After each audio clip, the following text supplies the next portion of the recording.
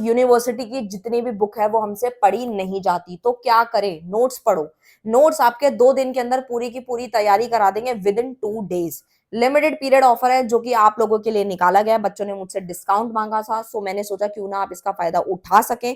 Price जो रहेगा वो रहेगा 89 रुपीज पर सब्जेक्ट का, लेकिन अगर आप 3 सब्जेक्ट्स के परचेज करते तो आपको सिर्फ और सिर्फ मात्र 237 रुपीज में मिल जाएगा। लेकिन अगर 4 सब्जेक्ट्स खरीदते हैं तो मात्र 300 रुपए में 4 सब्जेक्ट की पूरी पूरी कंप्लीट बुक आपको मिल जाएगी, वो भी इंग्लिश मीडियम में। और इसके कुछ फायदे मैं बता देती हूँ। इजी लैंग्वेज है, लाइन टू लाइन है, एग्जाम ओरिएंटेड ही बनाए गए हैं, 100% पासिंग नोट्स है। इसको पढ़ के बच्चों ने 95+ भी स्कोर किया है। सो करना क्या है, दिए गए नंबर पे व्हाट्सएप करें और इसका पीडीएफ का फायदा उठा लीजिए, क्योंकि लिमिटेड पीरियड ऑफर है। इसको पढ़ के आप पास।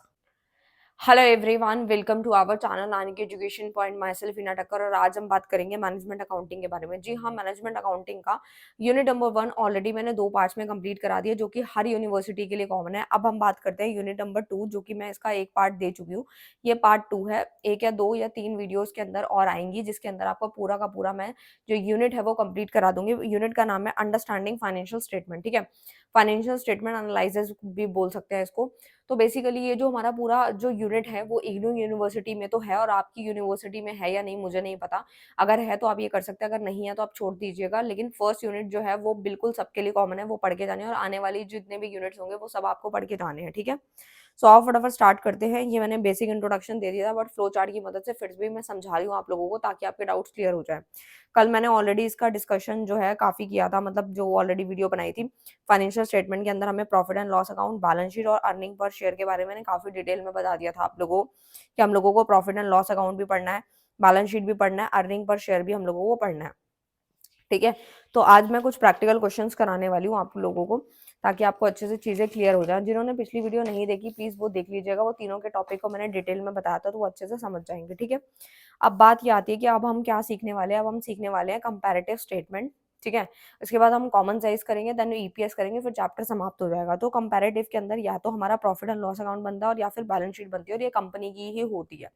और कंपनी का फॉर्मेट मैंने ऑलरेडी आप लोगों को कल करवा दिया था, अच्छे से समझा दिया था। ठीक है, कंपैरेटिव वाला, कि प्रॉफिट एंड लॉस कैसे निकलता है, और एंड बैलेंस शीट किस तरीके से बनाई जाती है। एक फॉर्मूला बस आपको याद रखना है, उसके बाद पूरे क्वेश्चंस हो जाएंगे, बिल्कुल डिफिकल्टी नहीं आएगी।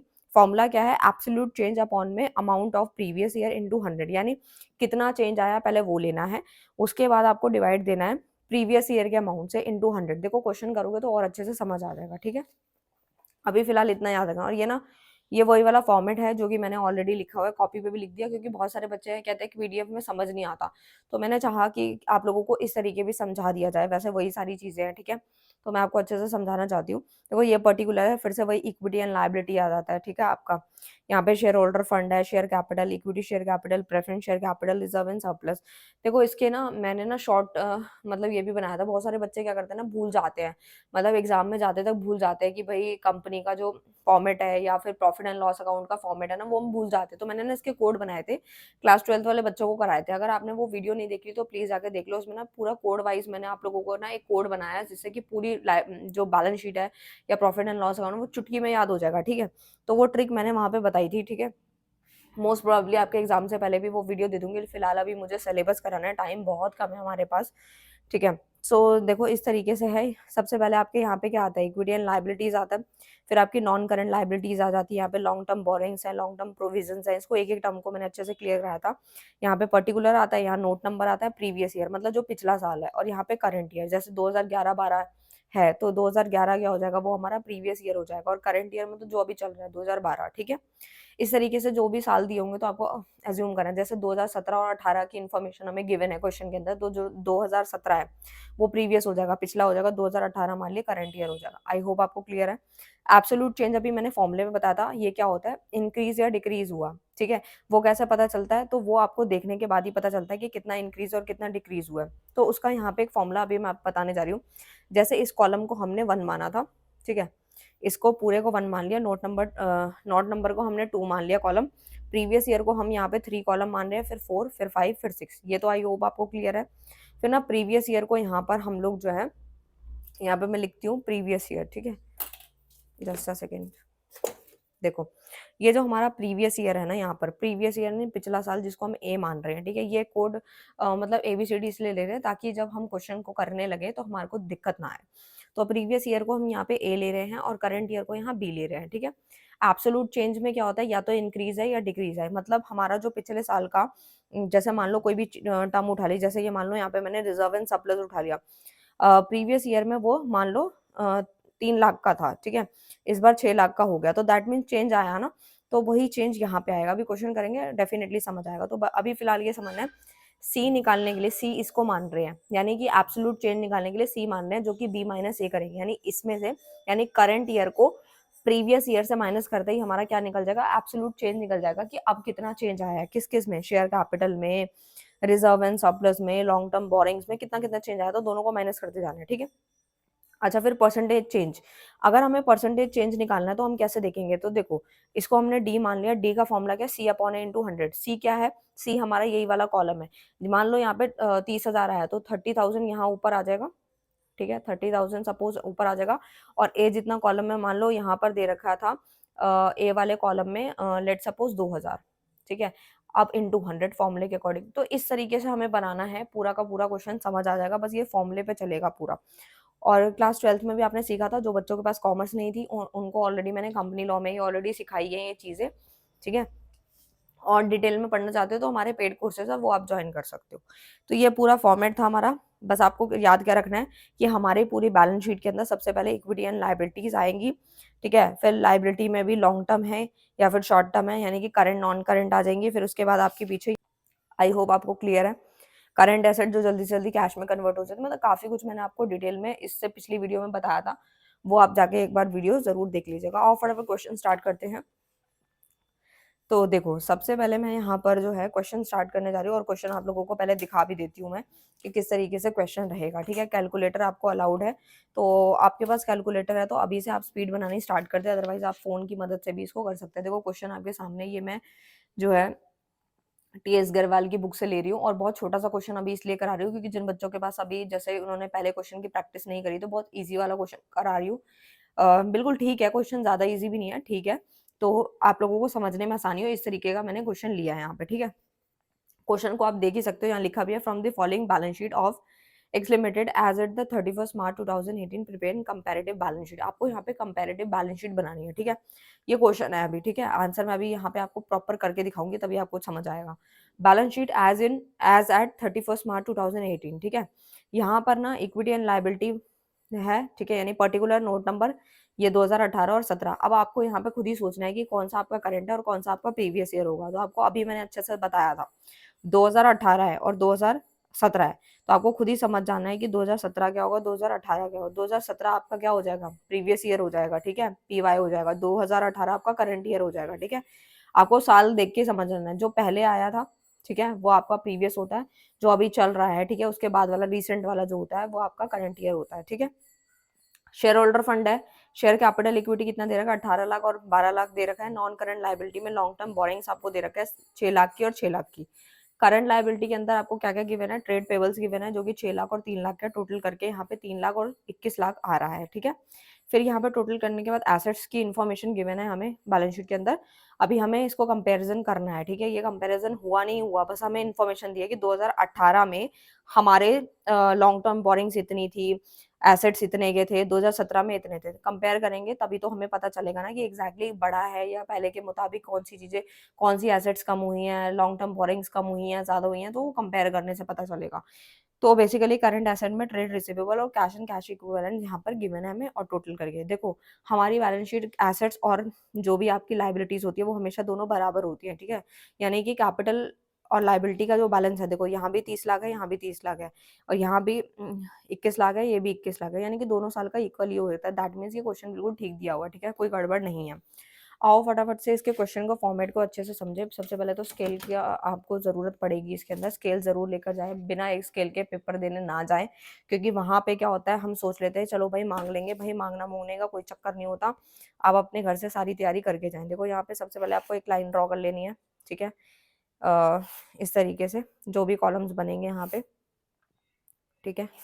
तो इस तरीके से आपको जो है सबसे पहले यहाँ पे आता है आपका पर्टिकुलर्स, ठीक है। पर्टिकुलर्स हो गया, आपका 2 पेज में क्वेश्चन आया चाहे 3 में आए कोई चक्कर नहीं है, लेकिन आपकी हैंडराइटिंग बिल्कुल क्लियर रहनी चाहिए, हर एक एंट्री उनको समझ आनी चाहिए, ये नहीं कि जल्दी-जल्दी में कर दिया आपने, ठीक है? यहाँ पे आपका नोट नंबर आएगा, ठीक है? ये भी आपको बिल्कुल साफ तरीके से लिखना है कि आप क्या चीज़ यहाँ पे लिख रहे हो। उसके बाद आता है आपका 31 मार्च, आप ऐसे ऊपर लिख सकते हैं पहले कि कौन-सा मंथ है और कौन-सा डेट है, उसके बाद आप ईयर यहाँ पे मेंशन कर सकते हैं, जैसे 2017 है, उसके बाद 31 मार्च, ठीक है?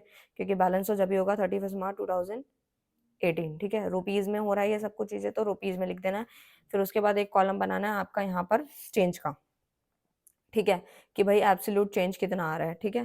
तो एब्सोल्यूट चेंज के लिए मैंने एक कॉलम बना दिया जो कि या तो इंक्रीज़ होगा या फिर डिक्रीज़, एरो बना दिए। बुक में ना ज़्यादातर इंक्रीज़ डिक्रीज़ लिखा था, या तो इंक्रीज़ होगा या फिर डिक्रीज़ होगा, ठीक है? उसके बाद क्या करना है, इंक्रीज़ और डिक्रीज़ जो हुआ है उसकी परसेंटेज को फाइंड आउट करना होता है, ठीक है? ये मैंने शॉर्ट में लिख दिया आप लोगों को समझाने के लिए, आप पूरा लिखना चाहो तो लिख सकते हो। उसके बाद आपको यहाँ पे एक जो है लाइन जो है वो ड्रॉ कर देनी है, ठीक है? मैं कॉपी पे इसलिए समझा रही हूँ क्योंकि बहुत सारे बच्चों को ना कॉमर्स उनका मतलब अकाउंट जो है वो ज़्यादा अच्छा नहीं है, तो उन्हें काफ़ी सारी चीज़ें फिर पीडीएफ की मदद से समझ नहीं आती, तो इसलिए मैं इस तरीके से भी करा रही हूँ आप लोगों को। बिल्कुल, क्वेश्चन तो आप देख ही सकते हो, ठीक है? उस तरीके से है। और उसके बाद ना एक लाइन ज़रूर ड्रॉ करनी है। अब होता क्या है, अ होता ये है कि कई बार क्या करते हैं हम लोग, यहाँ पे एबीसीडी वाले कॉलम ज़रूर लिखने होते हैं, लेकिन हम यहाँ लिख देते हैं, तो मैं आपको यही बोलूँगी कि आप यहाँ पे मत लिखना, यहाँ पे कन्फ्यूज़न क्रिएट हो जाती है। ऑलरेडी यहाँ पे रुपीज़ भी, ईयर भी, डेट भी सब लिखा हो, तो आप ना एक अलग से ना लाइन खींच लेना छोटी-सी, ठीक है? अलग से एक बॉक्स भी बन जाएगा, तो आप यहाँ पे एबीसीडी लिखोगे तो आपको चीज़ें और अच्छे से क्लियर हो जाएँगी कि सी कैसे निकलेगा, बी माइनस ए अभी मैंने आपको बताया था, और डी कैसे निकलेगा, सी अपॉन एन टू 100 है, ठीक है? अब मैं आपको ना कुछ चीज़ें बताती हूँ, अगर आप पेपर में भूल जाओ, मान लो आप पेपर में भूल गए कि अब हमें क्या निकालना है। देखो क्वेश्चन तो हमें यहाँ तक गिवन था, मतलब हमारा क्वेश्चन ना सिर्फ यहाँ तक गिवन था, ठीक है? सिर्फ इतना पोर्शन हमें गिवन था, यानी कि हमें पर्टिकुलर्स भी दिया हुआ था, ठीक है? उसके बाद हमें 31 मार्च 2017 की इन्फॉर्मेशन भी गिवन थी और 18 की भी गिवन थी, यहाँ तक क्वेश्चन गिवन था। हमें क्या निकालना है, ये दोनों निकालने हैं। अब मान लो हम पेपर में ये चीज़ भूल जाते हैं और हमें ये समझ में नहीं आता कि अब हमें कौन-सा कॉलम बनाना है, तो आपको क्या करना है, दिमाग लगाना है वहाँ पर। दिमाग किस तरीके से लगाना है, अभी मैंने आपको परसेंटेज चेंज का एक फ़ॉर्मूला बताया था, ठीक है? कि आपको एक्चुअल परसेंटेज निकालने का फ़ॉर्मूला क्या होता है, सी अपॉन ए इंटू 100 होता है।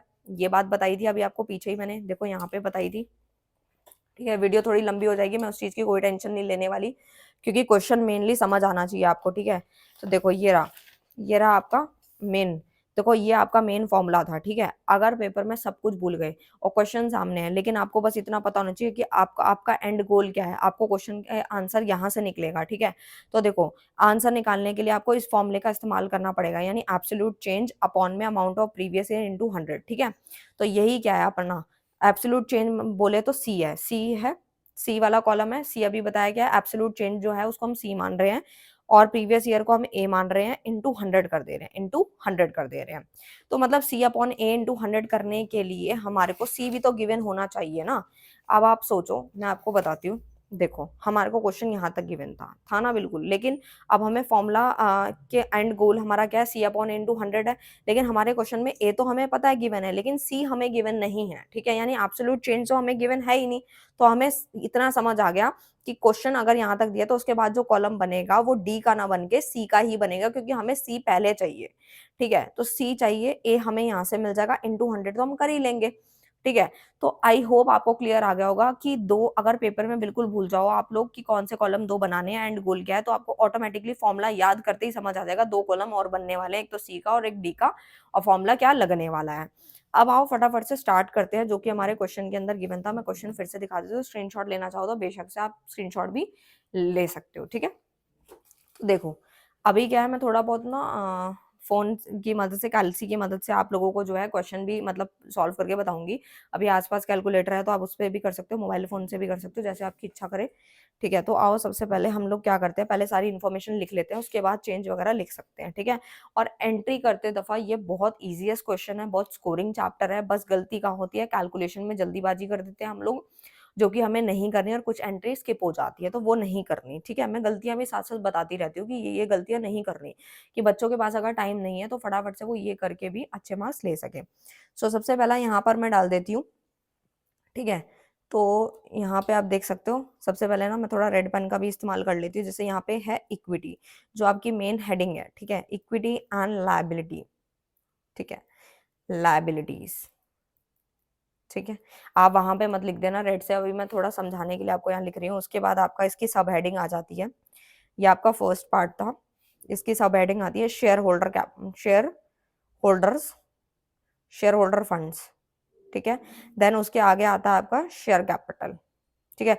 मतलब जो जो हमारे क्वेश्चन में गिवन है बेसिकली हमें वही इंफॉर्मेशन लेनी है, ठीक है। और जो फॉर्मेट एक पर्टिकुलर होता है वो तो लेना ही लेना है। जैसे हमारे मान लो, अभी मैं आपको एक चीज और समझाती हूँ। जैसे हमारे क्वेश्चन के अंदर आपने देखा होगा हमें शेयर कैपिटल यानी इक्विटी शेयर कैपिटल क्वेश्चन में दिया था, ठीक है। तो हमें सिर्फ वही लेना है। शेयर कैपिटल अगर हमें नहीं दिया तो हम स्किप कर देंगे, लेकिन इक्विटी शेयर कैपिटल जो हमें दिया हुआ है उसी की सब हेडिंग है, तो हमें वो लिखना है, ठीक है। तो इक्विटी शेयर कैपिटल हम यहाँ पर लिख देंगे, जो कि क्वेश्चन में कितनी थी, 12 लाख रुपए थी, तो हम यहाँ पे लिख देंगे 12 लाख रुपए, 12 लाख लिख देंगे। और हमारी 2018 की 18 लाख रुपीज गिवन थी, पहले हम वो लिख देंगे, ये तो हम बाद में करेंगे, पहले सारी इन्फॉर्मेशन लिख लेते हैं, ठीक है। ये लिखने के बाद हमें क्या करना है, सेकंड जो है हमारा वो है नॉन करेंट लाइबिलिटीज, ठीक है, ये सब है। अब ये लिखने के बाद हम क्या करेंगे, लॉन्ग टर्म बोरिंग्स, ठीक है, वो लिख दिया, यही आता है। उसके बाद आता है, हमारे को क्वेश्चन में गिवन था सिक्योर्ड वाला, सिक्योर्ड डिबेंचर्स गिवन थे, वो हम लिख लेते हैं, सिक्योर्ड लोन 8% डिबेंचर, ठीक है। वो कितना गिवन था, वो हमें गिवन था, उसी के जस्ट सामने लिख देंगे जो भी हमें गिवन था, 6 लाख का गिवन था। और उसके बाद हमारे को कितना गिवन था, ये भी 6 लाख ही गिवन था 2018 के अंदर, ठीक है, ये लिख दिया। देन आफ्टर आपका आता है, थर्ड में आता है आपके करंट लाइबिलिटीज, ठीक है। तो यहाँ पे करंट लाइबिलिटी लिख दिया, और जिसके अंदर हमें ट्रेड पेबल्स हमें क्वेश्चन के अंदर गिवन थे, जो कि हमारे थे 3 लाख के और 6 लाख के, ठीक है, ये क्वेश्चन में गिवन है, ठीक है। अब मैं आपको थोड़ा सा और भी अच्छे से क्लियर करवा देती हूँ ताकि आपके कंफ्यूजन्स ना रहे। देखो 2017 जब भी हम क्वेश्चन करने बैठेंगे तो हमारे को क्वेश्चन पेपर के अंदर पेंसिल यूज कर सकते हैं, क्योंकि पेन अगर यूज करेंगे तो टीचर हो सकता है कि गुस्सा मान जाए, ठीक है, ज्यादा बोलते हैं कि क्वेश्चन पेपर पे नहीं लिखना। तो आप पेंसिल से क्या करें, आप पेपर के अंदर पेंसिल का इस्तेमाल करने से, आप जैसे यहाँ पे दे रखा है इक्विटी शेयर, ठीक है, तो यानी कि अभी मैंने यहाँ पे कितना लिया है, 12 लाख लिया है, तो ये 2017 था। तो 2017 को आप क्वेश्चन पेपर के अंदर क्या चीज मेंशन करोगे कि क्या है वो, ठीक है। तो आपने तो उसको ए मेंशन कर लिया, यानी कि आपको जो आपका प्रीवियस ईयर था वो आपने पहले लिख लिया, फिर आपका जो करंट ईयर है वो आपने बाद में लिख लिया, ठीक है ना। तभी तो आप करंट में से आप प्रीवियस को माइनस करेंगे ना, ठीक है। तो इस तरीके की इन्फॉर्मेशन यहाँ पे लिख ली। उसके बाद जो है अब थोड़ा सा हम जो है आगे की तरफ चल रहे हैं। अब हम इसको सॉल्व करना सीखते हैं कि किस तरीके से ये होने वाला है। तो देखो बी माइनस ए करेंगे, 18 लाख में से 12 लाख चलेगा तो कितना बचेगा, 6 लाख बचेगा, वो हमने यहाँ लिख दिया, ठीक है। 6 में से 6 तो ऑलरेडी चला गया तो कुछ नहीं बचा, तो लाइन डाल देंगे, ठीक है। फिर 6 लाख में से 3 लाख चले गए तो 3 लाख हो गए। देखो ये छोटी छोटी कैलकुलेशन तो करने की नीड है नहीं फोन से जो। तो देखो सबसे पहले सी है, ठीक है, मैं एक दो करके दिखा रही हूँ, उसके बाद तो आपकी स्पीड बन जाएगी। जैसे कि डी निकाल रहे हैं हम लोग, डी हम इसका निकाल रहे हैं इक्विटी शेयर कैपिटल का, जिसके लिए फॉर्मूला क्या है, सी अपॉन ए इंटू 100। तो सी कितना दे रखा है हमारा, 6 लाख, ठीक है। देन आफ्टर ए कितना गिवन है, 12 लाख, ठीक है, इंटू 100, ठीक है। तो आप इसको डायरेक्ट एलसी में भी कर सकते हैं, ये तो 5 की 5 जीरो यहाँ से चली गई, 6 2 12 हो गया, 250 हो गया, तो यानी कि 50 आ गया, ठीक है। तो ये आ गया हमारा अपना 50, ठीक है। इस तरीके से भी लिखा हुआ रहता है बुक के अंदर, और ये सब लिखना इसलिए जरूरी होता है पॉइंट के बाद 00, क्योंकि आगे की जो कैलकुलेशन 100 है या 42.86 है या 40 है, 50 पॉइंट कुछ समथिंग है, तो आपको ऐड करने में आसानी होगी, ठीक है। तो यहाँ पे तो लाइन आ जाएगी। उसके बाद देखो अलग एक और करके दिखाती हूँ मैं आपको, जैसे कि यहाँ पे फिर से क्या करना है, सी अपॉन ए, तो यानी कि 3 लाख ये वाला, और उसके बाद ए कितना है, फिर से 3 लाख है, इंटू 100, ठीक है। अब ये तो आप डायरेक्ट भी कर सकते थे कि ये तो इससे कैंसिल हो जाएगा, इंटू 100 करेंगे तो आंसर भी कितना आएगा, 100 ही आ जाएगा ना। तो आप इसको यहाँ पे जो है 100 जो है लिख देंगे, ठीक है। आई होप आपको क्लियर है। उसके बाद ये सब करने के बाद आप इसको एक लाइन खींचेंगे, ठीक है, लाइन देंगे, एक लाइन देने के बाद आपको यहाँ पर जो है टोटल कर लेना है इसका। टोटल के लिए आपको पता ही है, टोटल वाली जो लाइन होती है वो हमेशा डबल रहती है, इस चीज को आप थोड़ा सा याद रखेंगे, ठीक है। तो अब देखो यहाँ पे हम टोटल करेंगे 12 लाख प्लस 6 लाख प्लस 3 लाख। तो आप डायरेक्ट भी कर सकते हो, 6 प्लस 3 9 होता है, 9 प्लस 12 कितना होगा, 21 हो गया, तो 21 लाख आ जाएगा यहाँ पर। ठीक है, फिर 18 प्लस 6 प्लस 6, 6 प्लस 6 कितना हुआ, 12 लाख हो गया, 12 प्लस 18 फिर से कितना होगा, 30 हो गया, 30 लाख। 6 प्लस 3 9, ठीक है, 9 लाख हो गया। जो कि डायरेक्ट कर सकते हैं, डायरेक्ट भी कर सकते हैं, कोई इशू नहीं है, अगर आपको एक एलसी पे करना है तो। अब हमने यहाँ पे टोटल कर लिया है ए बी और बी बी और सी बी। ठीक है, ये मैं हटा देती हूँ। ठीक है, तो ये वाले कॉलम्स हमारे निकल चुके हैं, अब हमें फाइनल निकालना है डी। तो अब आपको यहाँ पे थोड़ा सा ध्यान देने की जरूरत है, यहाँ पे आपको डायरेक्ट ऐड नहीं करना, क्योंकि यहाँ पे आपका एब्सोल्यूट चेंज जो है उसकी परसेंटेज फाइंड आउट करनी है। तो आप किस तरीके से करेंगे वो मैं आपको समझाती हूँ। ठीक है, तो आपको करना क्या है, वही वाला सेम फॉर्मूला पुट करना है डी निकालने के लिए, सी अपॉन ए इंटू 100। ठीक है, तो देखो सी कितना था आपका, सी है 9 लाख टोटल वाला, 9 लाख अपॉन में 21 लाख, ये आपका ए है टोटल वाला। ठीक है, इंटू 100 कर देना है। ठीक है, तो 50 से 50 तो कैंसिल आउट हो गई। ठीक है, तो आपके पास बचा गया 9/21 इंटू 100। ठीक है, तो आप डायरेक्ट एलसी पे भी कर सकते हैं, नहीं तो आप इसको एज इट इज काट भी सकते हैं। ठीक है, और ये 3 से कैंसिल आउट हो जाएगा। ठीक है, 3 3 सा 9 हो गया, 3 7 सा 21 हो गया, तो ये हो गया 300 डिवाइडेड बाय 7। तो आप 300 डिवाइड बाय 7 करेंगे, देन यू विल गेट 42.85। तो आपको पता है 571429 आ रही है, तो अप्रोक्स में ये जा रहा है, तो इसका आंसर बनता है 42.86। ठीक है, आई होप आपको क्लियर है अच्छे से। ठीक है ना, इतना समझ आ गया आपको। अब हम चलते हैं एसेट्स की तरफ। ठीक है, और जब एसेट्स का टोटल करेंगे तो भी आपके ये वाले आंसर बिल्कुल सेम आने चाहिए। और मैं आपको एक ट्रिक भी बताऊंगी, अगर आपका पेपर में टाइम कम बचा और अगर आपने स्टार्टिंग में बहुत अच्छे से ये सारी चीजें बिल्कुल 100% आपकी एक्यूरेट हैं, तो आप जो है जब भी आप एसेट्स निकालेंगे तो आप ये वाले पॉइंट को सॉल्व ना करके डायरेक्ट भी ये लिख सकते हैं, तो आपका आंसर बिल्कुल करेक्ट होगा, क्योंकि ये एंट्री उनकी मैच होनी चाहिए और वो मैच करते भी है। ठीक है, क्योंकि लायबिलिटीज और आपकी एसेट्स इक्वल होनी चाहिए। तो अब देखो फिर से हम लोग यहाँ पे एक थोड़ा सा मुझे लाइन डालनी पड़ेगी, क्योंकि अलग पेज पे आपको लाइन जरूर डालनी है। ऐसा नहीं है कि आप डायरेक्ट यहाँ से एसेट्स वगैरह का वाले कॉलम स्टार्ट कर देंगे। ठीक है, आपको वो लाइन तो जरूर खींचनी पड़ेगी ताकि आपके कंफ्यूजन्स ना रहे। ठीक है, तो इस तरीके से है। तो अब देखो सेकेंड पार्ट आपका यहाँ पे एसेट्स से चालू हो रहा है। ठीक है, जिसके अंदर सबसे पहला पॉइंट आता है नॉन करेंट एसेट्स का। ठीक है, नॉन करेंट एसेट्स। ठीक है, जिसके अंदर हमें क्वेश्चन में क्या चीज गिवन थी, फिक्स एसेट्स गिवन थे। ठीक है, हम डायरेक्ट नहीं लिख सकते फिक्स एसेट, ये सारी चीजें हमें फॉर्मेट के अकॉर्डिंग लिखनी होती हैं। ठीक है, चाहे वो हमारे क्वेश्चन में एक ही इन्फॉर्मेशन क्यों ना गिवन हो, चाहे दो गिवन हो, हमें यहाँ पे सब लिखना है। जैसे ये टेंजिबल एसेट्स के बारे में हमें इन्फॉर्मेशन गिवन थी, तो हम यहाँ पर लिख देंगे कितना गिवन है, 15 लाख, तो हमने यहाँ पे मेंशन कर दिया। और उसके बाद आता है आपका ये गिवन था 18 लाख, वो भी लिख दिया। पहले सारी इन्फॉर्मेशन लिख लें, देन आफ्टर इनको सॉल्व कर लेंगे। यही आप फिर से भी लिख सकते हैं, ए है, ये बी है, ये सी है, और सी कैसे निकलता है, बी माइनस ए करके निकलता है, एंड डी कैसे निकलता है, सी अपॉन इंटू 100। देखो क्वेश्चन करते दफा ना फटाफट से याद भी हो जाते हैं, एक याद हो गया ना, मतलब एक फॉर्म बार अच्छे से प्रैक्टिस हो जाती है तो फिर जल्दी जल्दी हो जाता है। तो उसके बाद ये इन्फॉर्मेशन गिवन है, ये अभी हम निकाल लेंगे। ठीक है, उसके बाद सेकंड पॉइंट आता है आपका करंट एसेट्स का। ठीक है, करंट एसेट्स मैं थोड़ा जल्दी जल्दी लिख रही हूँ, इसलिए राइटिंग थोड़ी सी ऐसे आ जाती है, लेकिन मैं एक एक चीज आपको अच्छे से बता भी रही हूँ। ठीक है, ये 15 लाख है, ये 15 है, ये 18 लाख है। करंट एसेट्स में आ जाता है आपका, सबसे पहला आता है ट्रेड रिसीवेबल, जो कि हमारे क्वेश्चन के अंदर गिवन है, ट्रेड रिसीवेबल्स। ठीक है, अच्छा उसके बाद बी पॉइंट में हमें cash and cash equivalent given है, कैश एंड कैश इक्विवेलेंट। ठीक है, जो कि हमारे को करंट एसेट्स के अंदर हम लोगों का ट्रेड रिसीवेबल गिवन था 5 लाख का, वो मैंने यहाँ लिख दिया। उसके बाद कैश एंड कैश इक्विवेलेंट हमारे को 1 लाख गिवन था, और ये हमें 10 लाख गिवन था। देन आफ्टर ये हमें 2 लाख गिवन था। ठीक है, तो ये सारी इन्फॉर्मेशन हो गई। अब वही फॉर्मूला लगा दिया, बी माइनस ए कर दीजिए। 18 में से 15 लाख चले जाएंगे तो कितना बच जाएगा, 3 लाख बच जाएगा। उसके बाद 10 लाख में से 5 लाख चला जाएगा तो फिर से कितना बच जाएगा, 5 लाख हो जाएगा। फिर आपका ये कितना है टोटल, 2 लाख है, 2 लाख में से 1 लाख चला गया तो कितना बच गया, 1 लाख बच गया। ठीक है, तो बस अब सी अपॉन ए कर दें, 3 लाख को हम 15 लाख से डिवाइड देंगे। ठीक है, तो देखो मैं फटाफट दे के दिखाती हूँ, आप डायरेक्ट कैलसी, तो देखो कॉपी पे तो मैंने आपको लिख के समझा दिया, अब कैलसी पे भी अगर डायरेक्ट करना चाहते हो तो किस तरीके से कर पाओगे। सी अपॉन ए करना है, तो सी कितना है हमारा 3 लाख है, ठीक है। उसके बाद ए कितना है, 15 लाख है, तो डिवाइड करके 15 लाख। ठीक है, हो गया ये। अब उसके बाद क्या करना है, इंटू 100।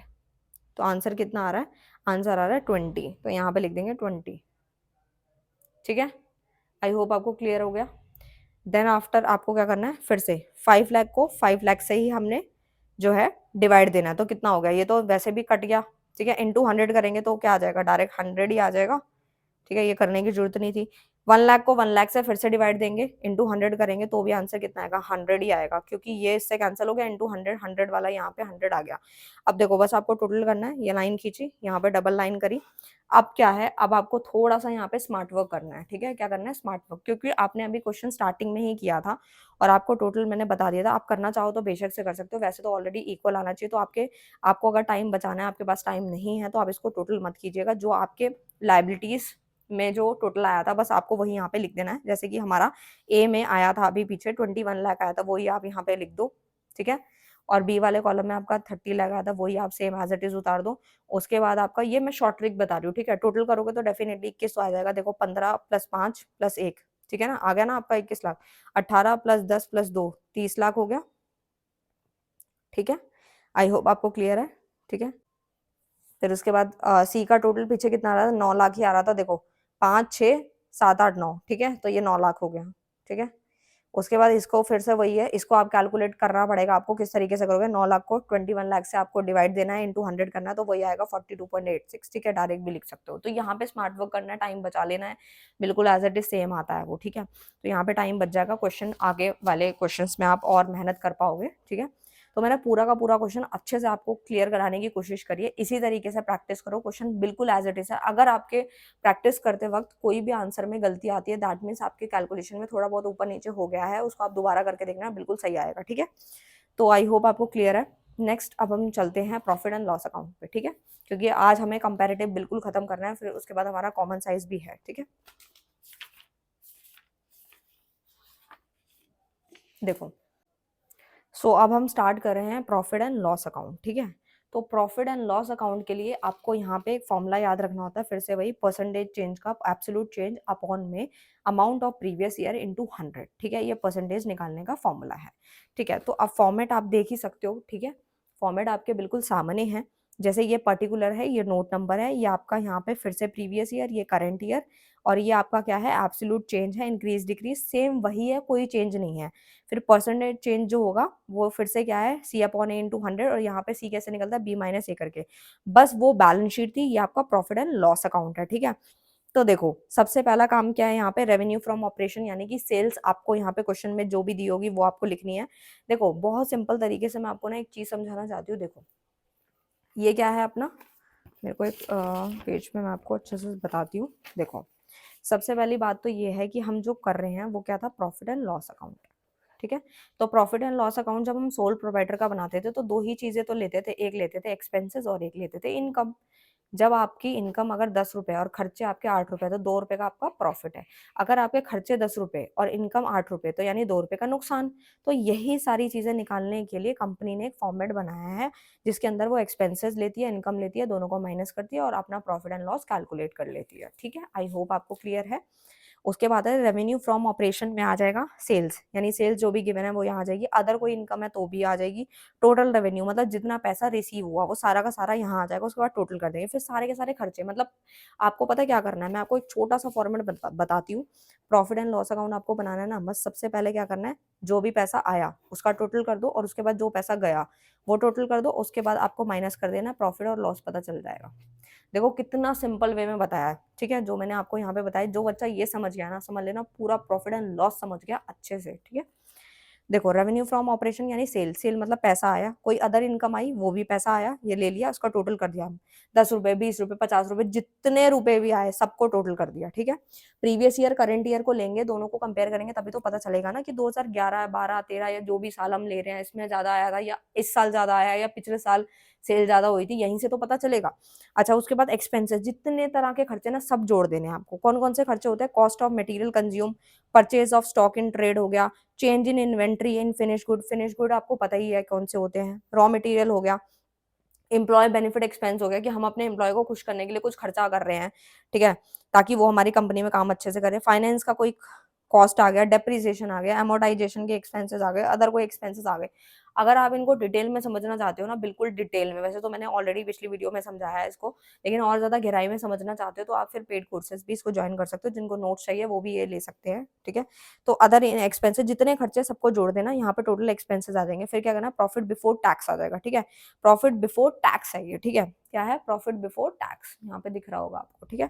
तो वो ले लेना है, तो वो क्या करना है, थर्ड माइनस फोर्थ कर देना है, ठीक है। फिर इनकम टैक्स ले लिया जितना भी, फिर प्रॉफिट आफ्टर टैक्स जितना भी आफ्टर टैक्स है वो आपका मेन आ जाएगा, ठीक है। आई होप आपको क्लियर है। बिल्कुल सिंपल क्वेश्चन कराऊंगी ताकि आपको इजिली चीजें समझ में आ जाएं, ठीक है।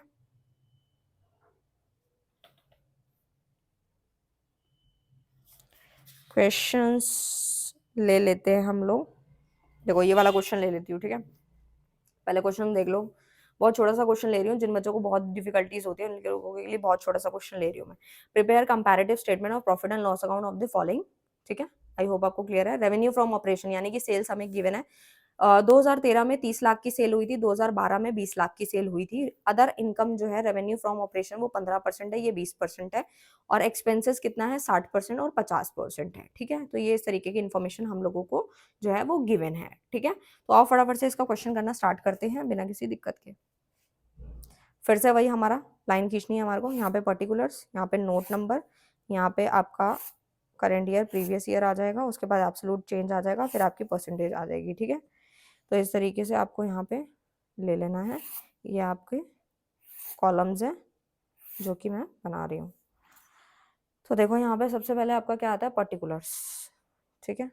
पर्टिकुलर्स अब तो आपकी प्रैक्टिस हो रही होगी इसलिए मैं थोड़ा जल्दी जल्दी करा रही हूँ। 31 मार्च, अभी क्वेश्चन में 2012 और 13 की इन्फॉर्मेशन गिवन थी, तो हम यहाँ पे 2012 ले लेते हैं, यहाँ पे 2013 ले लेते हैं, ठीक है। 31 मार्च, क्योंकि जब हमारे अकाउंट्स क्लोज होते हैं तब का है ये। नोट मैंने थोड़ा यहाँ पे लेना था, चलो कोई नहीं, ये एक्स्ट्रा लाइन हो गई हमारी, ठीक है। तो फिर नोट आना था हमारा यहाँ पे जल्दी जल्दी के चक्कर में। यहाँ पे ले लेते हैं 2012, यहाँ पे 13 कर देते हैं, 31 मार्च।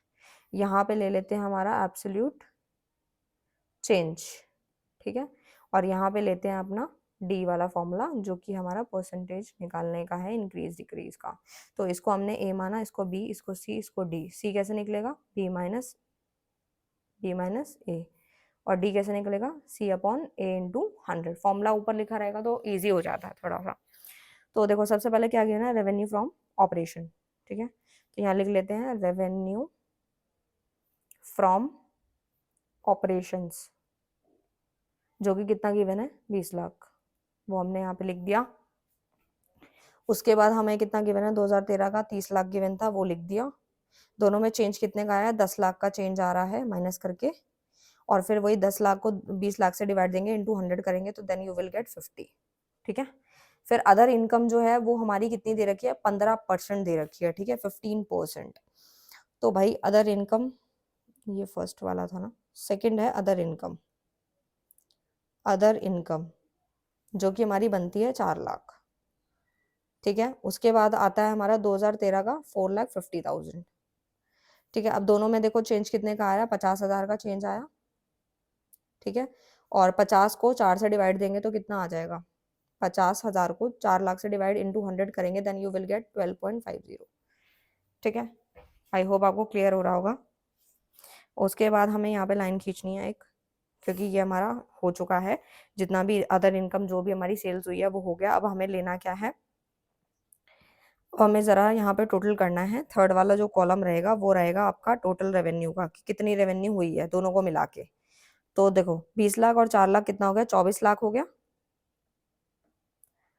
और उसके बाद आपका आता है 2013 के अंदर 30 लाख और 4,50,000, तो हो गया 34,50,000।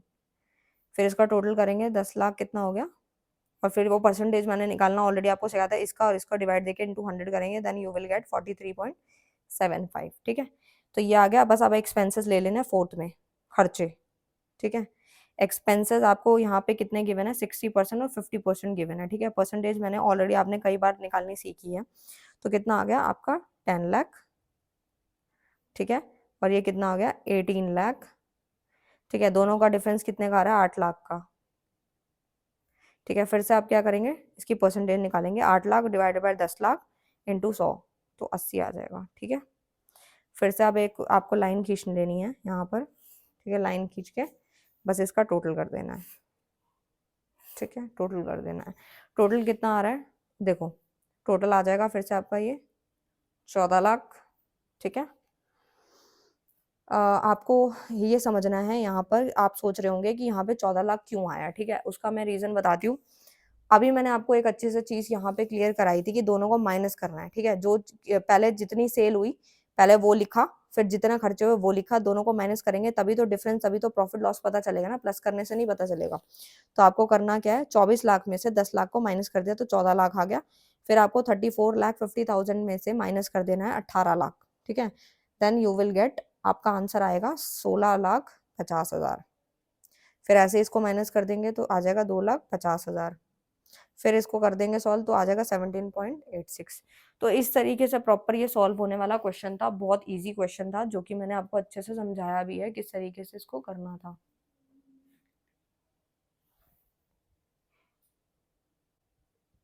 देखो, प्रॉफिट एंड लॉस अकाउंट यहाँ पे मैंने सॉल्व किया है, आपको मैं समझा देती हूँ। पर्टिकुलर में सबसे पहले रेवेन्यू फ्रॉम ऑपरेशन आता है, जिसमें यहाँ पे 2012 और 2013 की इन्फॉर्मेशन यहाँ पे है, और उसके बाद आपको निकालना है एब्सोल्यूट चेंज और परसेंटेज चेंज निकालना है, उसकी परसेंट निकालनी है। तो सबसे पहले रेवेन्यू फ्रॉम ऑपरेशन हमारे क्वेश्चन के अंदर गिवन था 20 लाख और 30 लाख, वो हमने लिख दिया। उसके बाद दोनों को माइनस करा, 10 लाख आया, फिर इसकी परसेंटेज निकाली, यानी 10 लाख में से 20 लाख को डिवाइड दिया इंटू 100 किया तो 50 आ गया।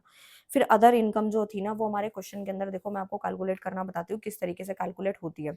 तो देखो आपके सामने है, देखो यहाँ पे 15% दे रखा है, अदर इनकम कितनी है 15%। तो हमें पता कैसे चलेगा कि 15% कहाँ से आया, तो देखो 15% कैसे निकलेगा, ये 2013 का है। ठीक है, तो 2013 के अंदर यहाँ पे 2013, ठीक है, तो देखो सबसे पहला काम क्या है, जो भी इंफॉर्मेशन दिया उसी का परसेंट निकालना है आपको। ठीक है, तो यानी कि अगर मैं बोलूँ 2012, ठीक है, 2012 के अंदर हमारी ये कितना गिवन है, 20 लाख गिवन है। ठीक है, और 2012 के हिसाब से 20% हमें निकालना था, तो 20 लाख का, देखो 20 लाख का आपको अगर मैं 20% करके दिखाऊं तो कितना आ रहा है आपका, 4 लाख आ रहा है, वही 4 लाख यहाँ पे आ गया। ठीक है, तो परसेंटेज, ये तो छोटी छोटी कैलकुलेशन जो आपने ऑलरेडी पहले सीख रखी है, लेकिन फिर भी मैंने बता दिया जिनको नहीं आता। अब जैसे 2013 का निकालना है, ठीक है, 2013 का निकालने के लिए हमें कितना है, जैसे 30 लाख गिवन है, तो 30 लाख का हमें निकालना है, 30 लाख का हमें कितना निकालना है 15%। तो 30 लाख का एक बार 15% हम निकाल के देख लेते हैं, इंटू 15%, तो कितना आ गया 4,50,000 आ गया। तो इसी तरीके से अगर परसेंटेज गिवन है तो आप इस तरीके से परसेंटेज निकालेंगे, अगर डायरेक्ट क्वेश्चन में गिवन है तो आप डायरेक्ट भी निकाल सकते हैं। ठीक है, और मैं आपको ये भी करके बता रही थी, सी अपॉन ये मैंने बता दिया आप लोगों को। अब देखो 4,50,000 दोनों को माइनस करके 50,000 आया। अब देखो 50,000 को, ये देखो 12.50 कैसे आया, वैसे तो मैंने ऑलरेडी भी करा दिया पर फिर भी बता रही हूँ मैं आपको, 50,000। ठीक है, 50,000 को डिवाइड देना है आपको 4 लाख से। जीरो बहुत ज्यादा ध्यान से आपको करनी है, अगर इसमें गड़बड़ होगी तो सारा काम गड़बड़ हो जाएगा। इंटू 100 कर दो तो आगे ना 12.5। ठीक है ना, तो जीरो तो आप टोटल करने के लिए लगाते हैं, तो मैंने ये भी आपको बता दिया। इसी तरीके से आपको करना है, मतलब इन दोनों को टोटल कर दिया तो टोटल रेवेन्यू आ गया, फिर सारे खर्चे ले लिए। खर्चे आपको यहाँ पे परसेंट में गिवन थे, तो जो भी आपके परसेंटेज है उसके अकॉर्डिंग आप निकाल देंगे तो वो आपका आंसर जो है वो आ जाएगा। ठीक है, और ये आपका टोटल हो गया। ठीक है, और माइनस करना मैंने अभी आपको बताया कि जब आपको टोटल रेवेन्यू दे रखा हो और एक्सपेंसेस भी दे रखे हैं, ठीक है, तो आपको क्या करना होता है, माइनस करना होता है, क्योंकि आप क्या करेंगे, खर्चे में से रेवेन्यू को माइनस करेंगे तभी तो पता चलेगा ना कितना प्रॉफिट कितना लॉस हुआ है। तो 24 लाख में से 10 लाख माइनस किया, 14 लाख आया। 34,50,000 में से 18 लाख माइनस कर दिया तो 16,50,000 आ रहा है, और इसको इसमें से माइनस करें तो 2.5 लाख आ रहा है, और इसकी निकालेंगे कैलकुलेशन तो 17.86 आ रहा है। ठीक है, आई होप आपको अच्छे से क्लियर है। मैंने पूरे की पूरी बैलेंस शीट का फॉर्मेट भी बता दिया, क्वेश्चन भी करा दिया और पीएनएल भी करवा दिया है। अगर आपको कोई भी डाउट आता है आप कमेंट करके पूछ सकते हैं, अदरवाइज आप प्रैक्टिस कीजिए, सारे क्वेश्चन बिल्कुल ठीक रहेंगे। परसेंटेज भी निकालना सिखाते हैं, मतलब ऐसा क्वेश्चन उठाया था मैंने प्रॉफिट एंड लॉस के अंदर जिसमें डायरेक्ट फिगर गिवन नहीं थी, जिसमें आपको अदर इनकम और एक्सपेंसेस परसेंटेज में गिवन थे, वो भी निकालनी सिखाती है। सो आई होप आपको अच्छे से क्लियर हो गया होगा। आप इसकी स्क्रीनशॉट लेना चाहते हैं तो बेशक से इसका स्क्रीनशॉट भी ले सकते हैं। अब हम नेक्स्ट वीडियो के अंदर कॉमन साइज करेंगे, देन एपीएस करेंगे और ये चैप्टर समाप्त करेंगे। सो मिलते हैं नेक्स्ट वीडियो में नेक्स्ट टॉपिक के साथ, तब तक के लिए bye bye, thank you so much.